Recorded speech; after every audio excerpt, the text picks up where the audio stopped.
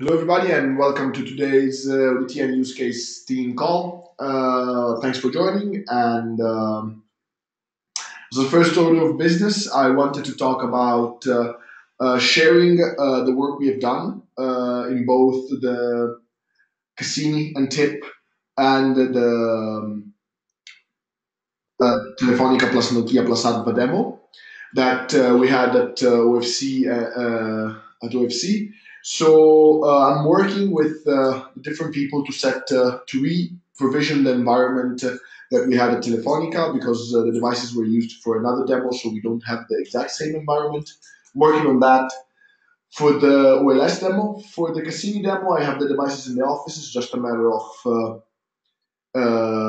sitting down and recording the demo again, which includes the wavelength this time, wavelength configuration. So regarding the next steps that I think we should take in terms of the project, first and foremost is power configuration. That we already partially worked on in the past, thanks to the proposal from Arturo to the TAPI group, and also a few discussions that we had in the past. I put together a document that I'm going to walk through later about this, where I outline my ideas on how we should do it, and I hope we can have a discussion on this. Another big one, which we are also working on, is testing, and thanks to Buyan, we are progressing on that. And that testing will enable multi-instance ONOS to be fully working, and that enables resilience in failover, which is partially working already. It's just a matter of putting in together some tests and make sure that it works every single time. Another point that was brought up in some of my discussions in the past with different people is the FAC. So that's something that I think we should work on in the future. Let's see what priority it takes, and also the impairment validation. So the full OSNR computation. So for the next demos and talks that we're gonna have, I think next milestone, I think we should have the power configuration and the multi-instance ONOS with the testing working for the September timeframe. I think this is a pretty good target for the stuff we are working on. So having full power control, some ROADM control, which we already have, especially for the momentum ROADMs that we already have, and the multi-instance I think is going to be demonstrated here also. And as an opportunistic element, I would like to demonstrate GNPy integration with ONOS. So for those who don't know what GNPy is an optical planning tool, an open source optical planning tool that was contributed by a different group of people, among which there is like the Juniper and also Polytechnic of Turin, which does a full-blown validation and optical path calculation based on parameters it receives an input. At the moment, that input is provided by a spreadsheet.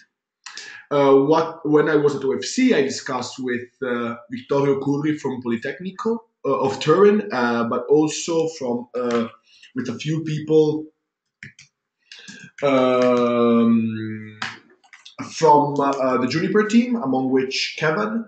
And we have already set up a call for next week to discuss the possibility of bringing GNPy online through TAPI on ONOS. This first step is really like understanding what are the key missing pieces that ONOS needs to expose for GNPy to do his path calculation and optical impairment analysis and all of that, and then tell ONOS, please pick this path.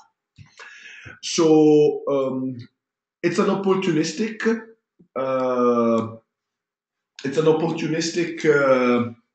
target for the September timeframe. I would like to have something running by then.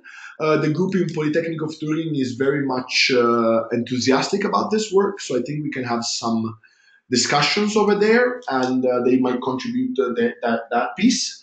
Uh, if we can get it done, that would be great because that would avoid ONOS to be aware of that many parameters, and it would enable us to just receive a path and program that path, offsetting some of the logic to GNPy, and that would enable us to be a little bit more lightweight in our computation internally. Does that make sense? Is there any comments? Yes, I have a comment, Dominic speaking. Which will be the interface toward GNPy? Will you use the interface provided by the tool, the GNPy tool, or do you intend to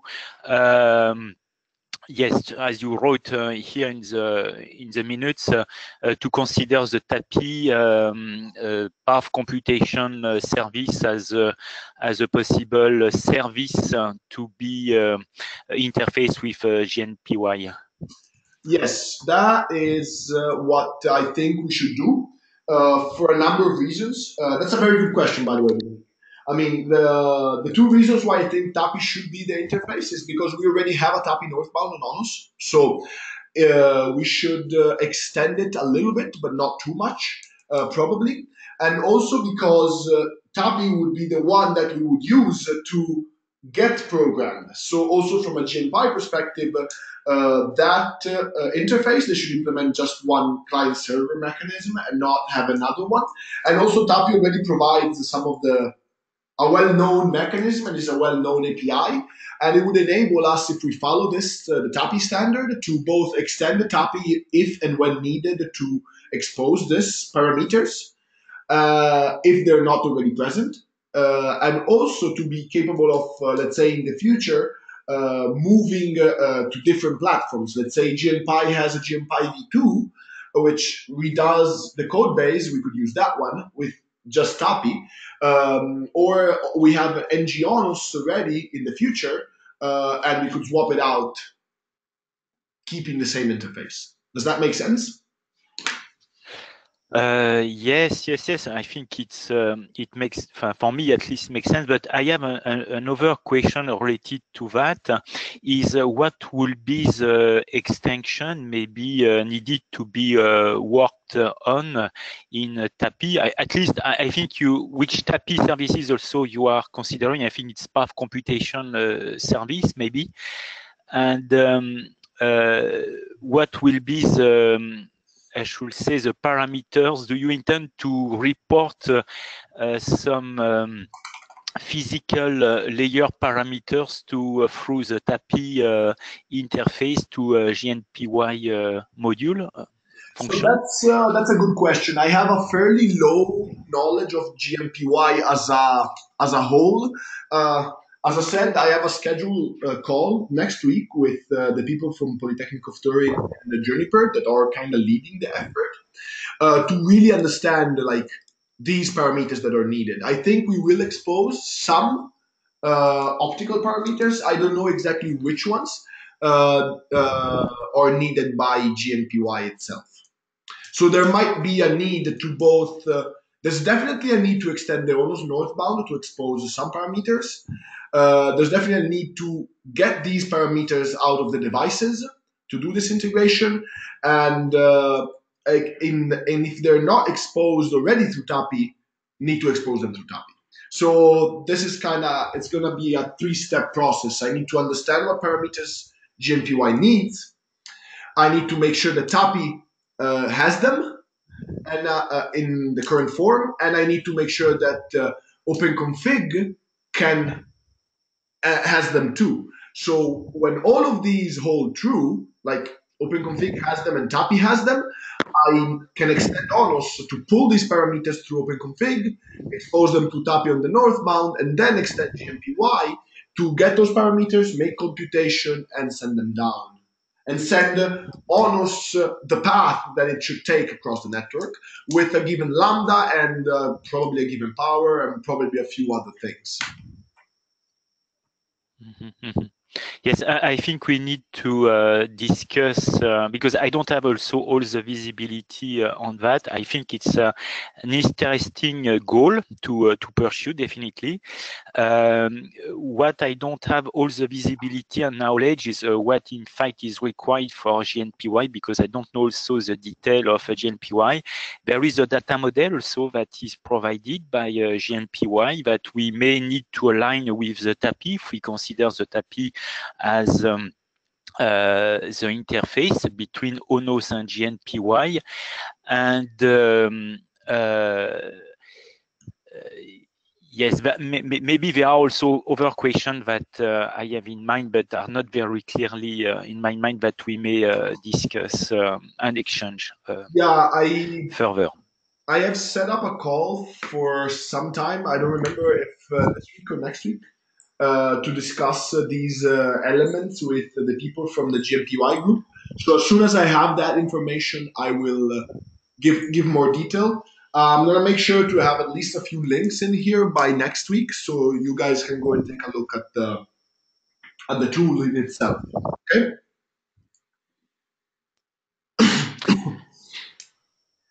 Okay. For me, it's okay. I hope others have a point of view also, that they want to share their vision on that. Yeah. Okay. So great. Alessio couldn't join us today, so I'm gonna just skip the Flow programmable update until next time, and see what it's needed from that point of view to next time, because he's putting together a presentation to talk about it. So I'm just gonna not do it. One thing that I wanted to discuss with everybody today is the workflow for the power setup. So in the discussions that I had in different forums and at OFC and with different people in general, I came up with the idea, and please correct me if I'm wrong, that this should be the workflow that will happen, at least for the power configuration on the transponders. So the first thing that will happen is that we will establish a connectivity service on the OpenLine system. That OpenLine system will provision the end-to-end path, and then we can ask what's the penalty that it is putting on that given path. Then, having that penalty information, we go and also retrieve the expected receiving power on the receiving transponder. That's number 3. Then what we do is we compute the transmitting power on the sending transponder, and then we provision both in a one hit the optical channel with both the wavelength and the power. Is this correct? Does this make sense from everybody's perspective? So, Conrad is speaking. Andrea, I'm not sure if if this solution will work inside in the OLS, because when we will set up a connectivity service in the OLS layer, we will not have any light on both ends of the OLS, because we don't have any light on the transponders. In this case, we will set up a service, then try to power, to equalize the power on the ROADMs, and without the light on the both ends, we cannot actually equalize the power on the ROADM along the path. Yes, because we don't know exactly to what power level we need to equalize the power on the ROADM. Yes, so if we will go this way, probably in the first step, when the connectivity service establishment will be performed, we will fail the power equalization inside the OLS, and after turning on the power on the transponders, we should one more time re-equalize the power. So I'm not sure if this solution is. So I have another option, which is option number 2, which is, because I have discussed this with you guys at OFC, was this setup where we actually do it in 2 steps. So first one is we do the connectivity establishment on the open line system. We configure the optical channel and the wavelength with maximum output power on the transponders. Then, after all of this, you do the equalization, and we can retrieve the power penalty from the open line system. And then, again, retrieve the receiving power and compute the power, and then provision the transponders with the exact amount of power. Does this make more sense? Sorry. This is maximum power and to then decrease. Does this make more sense? I have a question. This is Arturo speaking. I have a question regarding the bullet number 4, retrieve expected reception power. This is a capability of the transponder? It should be or something that you know. Yeah, but in the open config model, you can either know which is the actual power that you are receiving. So this will be not expected power, but the actual power. Okay. Or you can retrieve what it is configured. The thing here is that you can, for a planning perspective, you can know which is the tolerance of the reception power in the transponders in advance before to establish the service in the OLS. And the latest proposal in TAPI was going in that direction, in the sense that you can introduce constraints into the connectivity service creation of the OLS in order to tell the OLS controller which is the expected minimum output power that need to be transmitted into the output port of the OLS into going to the transponder, and what it is the expected transmission power that is going to be injected by the transponders. So here maybe you can specify, for instance, the maximum output power that the transponder can transmit. Based on these two parameters, the OLS should be able to make the calculus and the equalization. So Arturo, let me understand. So your proposition is to set up first the transponder connectivity, or turn on the light on the transponders, and then set up a OLS layer, or? Not necessarily. The idea I have, or we discussed in TAPI, it was that you can provision the open line system service with some power constraints that can be imposed based on the capabilities of the transponder. In principle, you should know by the transponder datasheet which is the reception tolerance of the transponder. Based on that, you can use this as a constraint of the connectivity service that is going to be introduced sent to the open line system. The problem of configuring the transponders before the open line system is that actually you base your transmission frequency, so the channel, on the computation that are done in the open line system. So based on the channel that is selected in the OLS regarding the spectrum availability along the path, this is what you are going to use in order to configure the transponder. And this is, in my opinion, the only constraint that forces you to request the service first to the open line system than to create it or configure the transponder. Mm-hmm.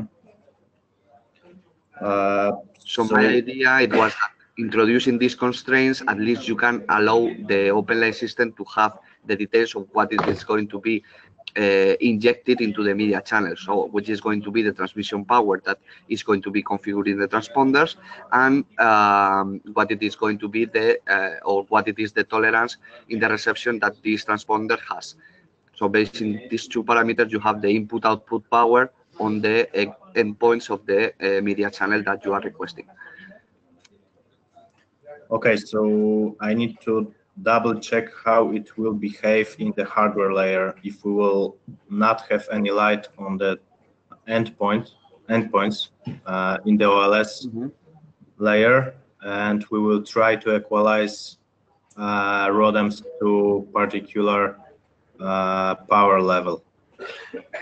So yeah, so I need to double check it with hardware guys how it will behave.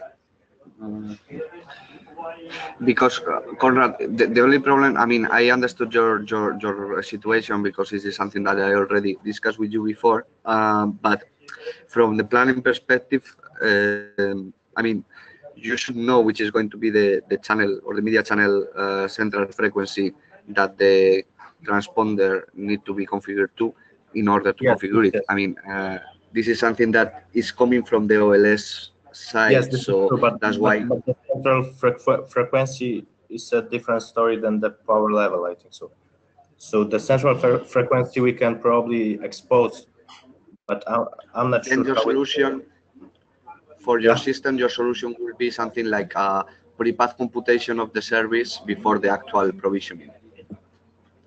Something So something like you can potentially request which is the path and the channel for the service, and then based on that you actually provision it by configuring first the transponders with the actual power and then the operating system. Anyway, Andrea, that was actually the proposal that we did in TAPI. It's not necessarily the only approach that can be done here, but I mean, at least here, what you introduce is the possibility to communicate the open line system, which is going to be the power levels that you are going to need in the transponders, and even actually what you can configure.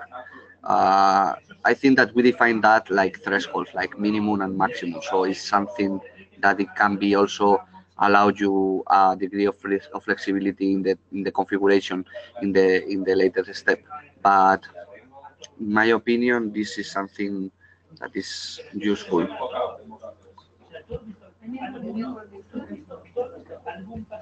Compute maximum constraints for the OLS.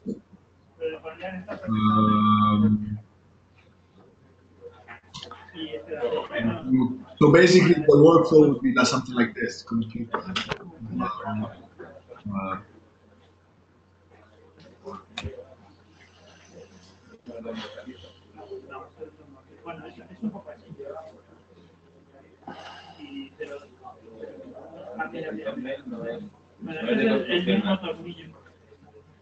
So basically, the workflow would be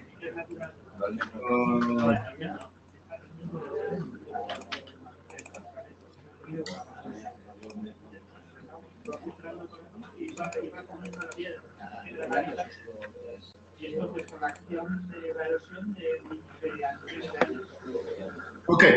So the first one, we will retrieve the target power from the transponder, the receiving transponder. The second one, we will compute the minimum and maximum power constraint for the OLS. And the third one would be compute the output power for the first transponder, then establish the service connectivity on the OLS with the two constraints. And the third one, configure the wavelength and power on the transmitting transponder. That be the workflow. Hello, it's Rafael speaking. Hello. Is there any chance to switch the fourth and fifth point here? So I mean that to turn on the transponders and then create the connectivity service. Sure, we could do that. I mean, we did not. maybe it can be option 4, yes, with the switch of 4 and 5.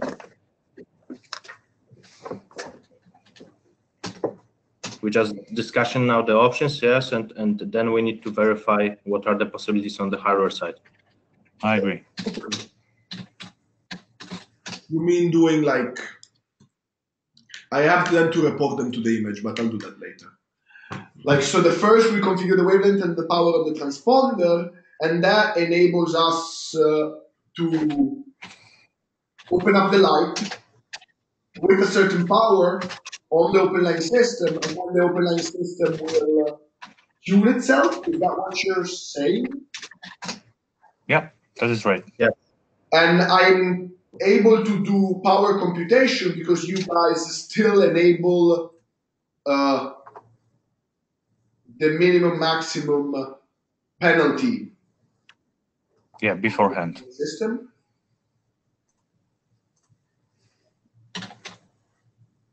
Is this right? Yeah, this is right. Arturo?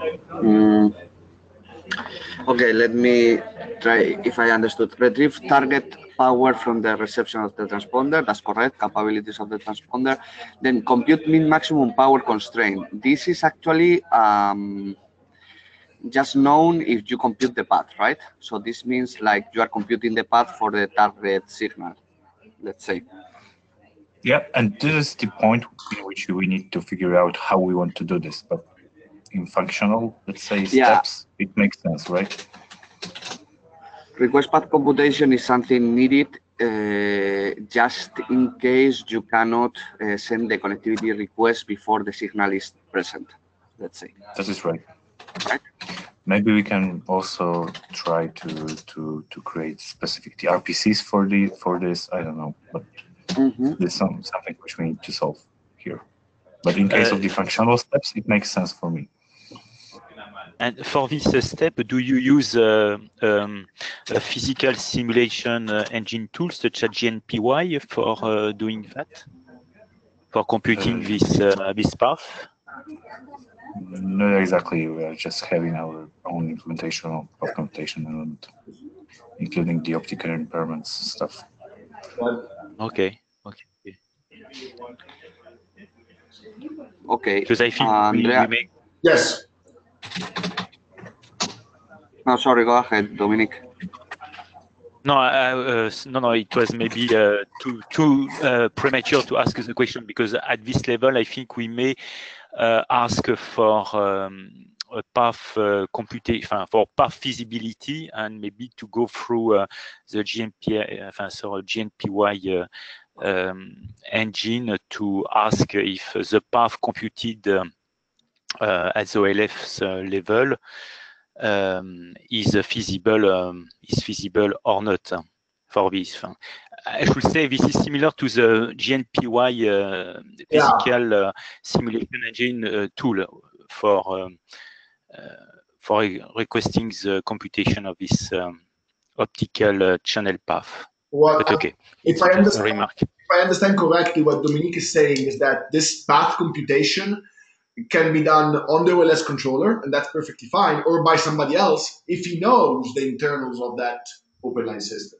Is that what? Yeah. But no, it should be done by the OLS controller. But I was just asking how it will be effectively done, considering that you don't have the output power, the power at the transmission side on the transponder. This is the reason. Oh, I agree. I see your point. Yeah. No, but okay. Yeah. I'm just taking this like as the functional step, right? So we need to solve this somehow. I thought that maybe if we are retrieving the target powers from the transponders, and we know let's say the possible values, we can somehow provide this range to OLS, and then try to find it out. Okay. I don't have any clear solution in mind right now. Okay. Yeah, I understand your point. Yeah. Okay. Well, let's progress on that. Yeah. Yeah, I think so. From 3 to 4, I really see a difference. I really see a small difference, which is a two-step phase with the OLS, where the first one is actually a path computation request, and then so this one, the second option is a path computation, give me what the power constraints, and then I'll set it up for you later. This one actually does everything in one step. If you guys could do it. There's a little bit of, I don't know, detail in there to be figured out.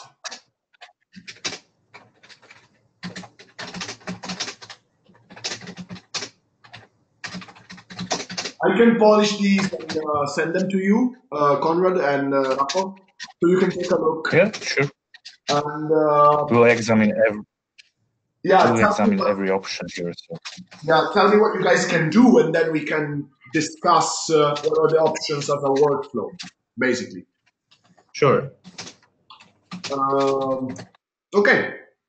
Any other thoughts on this?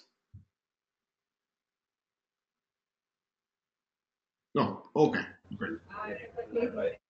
Arturo, you had anything? No, I was going to say that just in case maybe we can introduce the slides that they were proposing TAPI for the new augmentations to the model. So this is information that can be relevant for the discussion. Yeah, let me do that. I'll put an action. I can just give you the link and you can paste it in the meeting notes. That will work. Yes. Okay.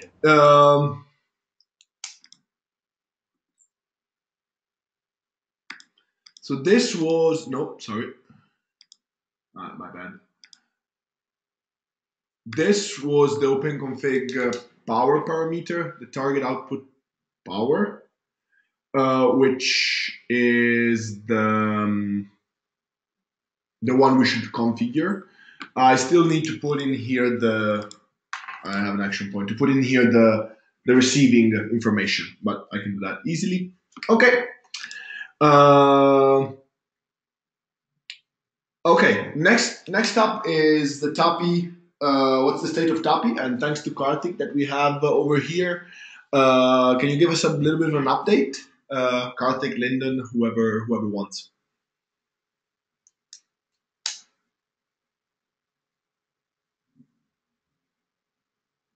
Hi, this is Karthik.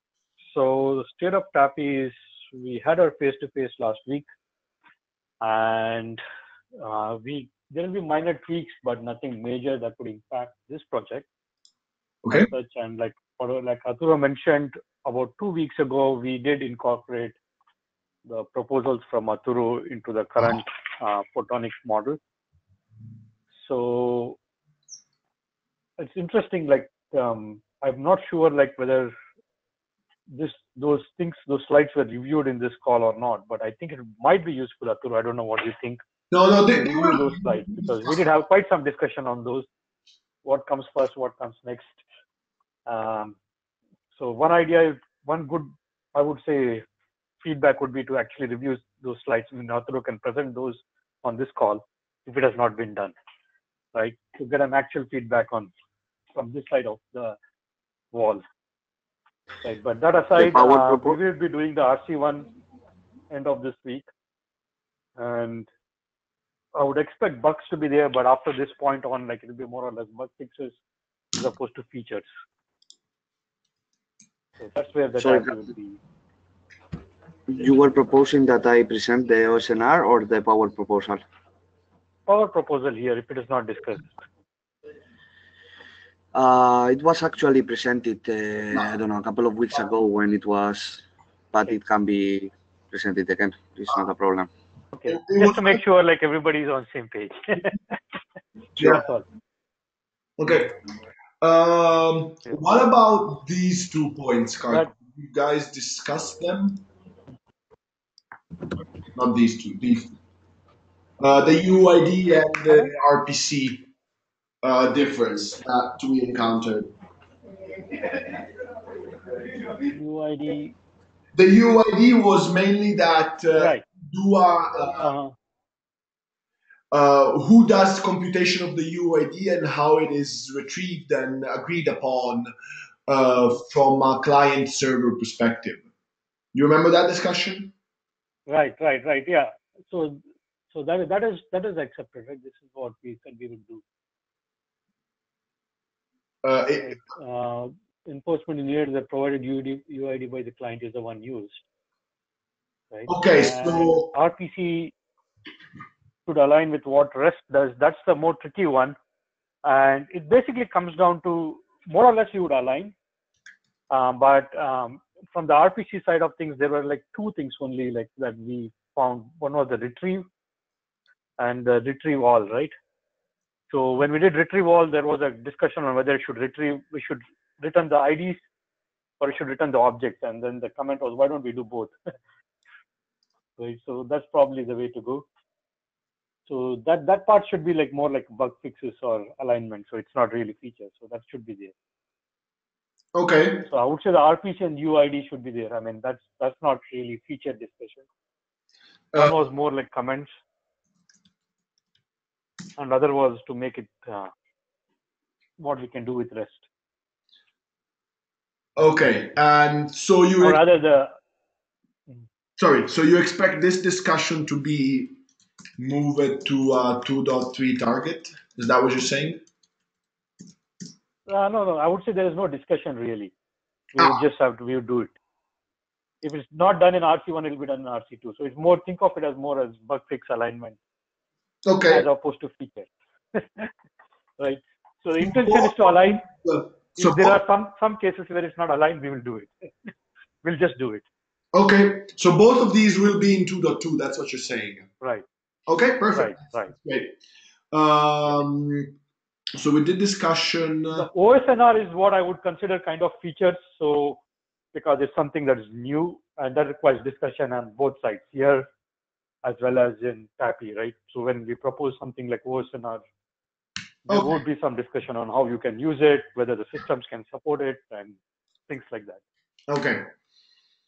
And any update on the TAPI RI? We discussed the TAPI 2.2. Not really. So basically, it's lack of resources. So it Okay. probably lagged. I don't think it's going to be updated in RC1, but probably in RC2. Okay, thanks. That's good news. Especially, it's good news that you guys are gonna put in these two, because I think that is something that was useful learnings from the demos that we started doing, and so any of that should be included in TAPI. So that's good. It's good stuff. Okay, so one news that I have is that Fujitsu committed to the Gerrit repo netconf driver for phase 1.0 for ODTN, meaning the logical channel assignment to the Gerrit of ONOS. And I'm reviewing them. I'm also telling them like, okay, you should also do phase 1.5 code, the flow will programmable. And they're also looking at using GNMI for one of their next devices. So that's pretty good stuff. If anybody's interested, there is this patch here from Suraj. He's the guy from Fujitsu working on this. So please take a look. If you guys are interested, just comment on it. I've put a few comments in there. If you guys have more than that, just add them through. Okay, now let me go to the Jira stories that we're working on. I'm gonna just skip asking Alessio about 7893 because he's not here. And Buyan, can you give us an overview of 7883 and 7884? The state of things?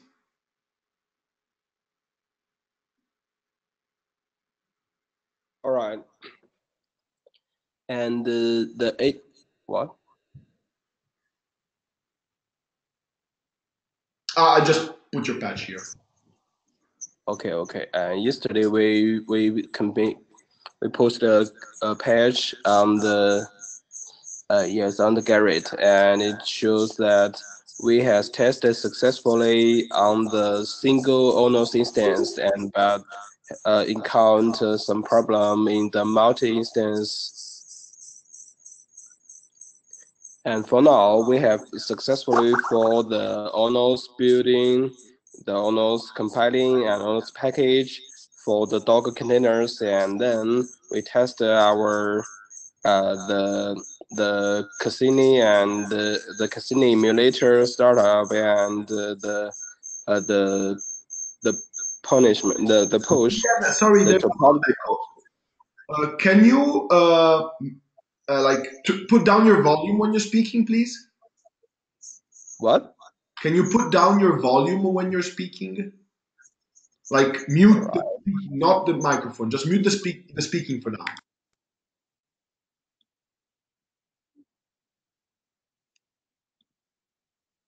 It's okay. Yes, much better. Okay. All right. Thank you. Okay, and then we use some STC commands to do the ODTN, the prepare and the ODTN, the setup, and we also use some scripts to use RESTconf to create some line-side connectivities and client-side connectivities, and then we use some script to remove them and check whether all these operations success. And we tear down all the resources. That's what we do. And from now, we just succeed on the single ONOS instance and get some null pointer exception or some other exceptions in sometimes on the multi-instance ONOS. Yeah, that may be because the distributed process after I talked to Andrew. And we hope that we can solve this problem and complete all this testing in the end of this week. All right, thank you. Thanks, Boyan, for the update. That's great information. If anybody's interested on what exactly we're doing, this is the patch. Please go through it. There's still a lot of comments from myself and from Ray, and there's still some work to do, but the bases are there, and you can see the tests that we put in, especially to like retrieve the topology and get that information. Partially, the problem Boyan was mentioning is probably fixed by this patch, which is from myself, which basically picks a leader to to initialize the DCS store. That's a problem we were having, that DCS was being initialized by many instances, and that was causing some issues. So that's going to probably be merged by like in these next days, and then Boyan's patch with all this information, as we discussed, is going to go in. One small thing that I would like to add is that this enables you to install, it has scripts to install a 3-node instance of ONOS plus Atomics through Docker, and also start a few emulators that enable you to have like a device to talk to, so that, and it exposes the ports and stuff like that. Okay, what else? Yes. So the problems that Boyan was mentioning about the multi-instance are also partially, I say partially because we're still having some, fixed by this patch. And this patch goes very much along the line of this one. Basically, it synchronizes who saves the store of a device into the dynamic config service store. The key problems were really when getting an update from the ONOS core about the topology and about a specific device or link. The issue that I was seeing is that everybody was trying to add elements to the dynamic config store at the same time without checking if it was the correct master of the device. And that was clearly having problems during the startup, because somebody would push the device, then somebody else would receive a port notification, would try to push that port on the same device. And so I went through it. This partially fixes it. We're still having some ports that for some consistency issues are not still saved in DCS.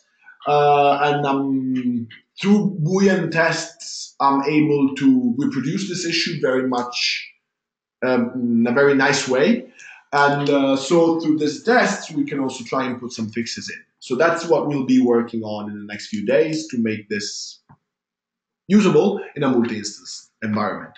If anybody has more interest in that, you can guys go in and take a look at anything which is in the patches that are connected to the Jira stories in here. Is there anything else? Oh yes, before I stop talking, this is the patch that Alessio is putting together for the flow programmable changes in order to support intents for the configuration of phase 1.0 code. This is a major milestone in the sense that it removes some of the old code that we had in terms of terminal device, which was done through netcfg. Instead, this does everything through rules that are stored in the ONOS core and are capable of dealing with failovers and stuff like that. So if you guys want to take a look at that too, please observe the patch and give the comments, okay? Ideally, we would take this patch and apply it to other transponders that we have, either being it Cassini, either being it the Fujitsu I talked about before, the Nokia from Dominique. So I think this is the way forward. It still needs a little bit of work to get there, okay? Okay, yeah, that was all my stuff. Okay. I also asked Alessio to put together a patch to do a small and minor change to the Lumentum drivers to be able of controlling the Lumentum ROADMs through the existing ODTN code, meaning the TAPI northbound and the way we do it. We do things up to the point we generate the rules. When we generate the rules, right now we're generating them for the OpenLine system, but we already have the drivers for the Lumentum ROADMs to accept the rules and provide configuration through an Open ROADM-like model. So I asked Alessio to extend them a little bit to be capable of accepting the rules we create now. So we can also showcase that capability. Okay. Final comment. Me and Tom went again through the next-gen configuration subsystem document for the design objectives of the next phase of the configuration subsystem in ONOS next generation, so a full new subsystem. And this week's TST, so tomorrow's TST, which is tomorrow at 5 to 6 p.m. Pacific, Central European time, 10 to 11 Pacific Standard because of daylight savings. We're going to talk more about this, just give everybody an update, and we're going to try and pick the names for the repos that we're going to start using and have a little bit of a discussion on, for example, like tenants and ideas that we have in here, but also like language that we're going to use and a few other open questions that you guys can see, for example, here.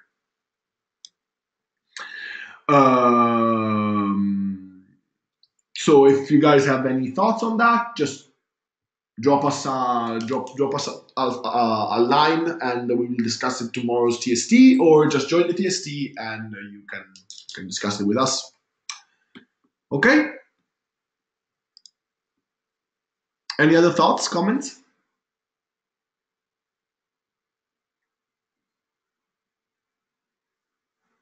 Okay. Then if not, I hope to see some of you in the technical steering team for tomorrow if you're interested. And if not, we'll catch up over email for the discussions we had. And I'll make sure to take point and share the updated slides with Conrad and Rafael from Adva and include the TAPI presentation from Arturo. Okay? Thanks, everybody. Bye-bye. Thank you. Bye-bye. Thank you, Andrea. Goodbye. Bye. Bye.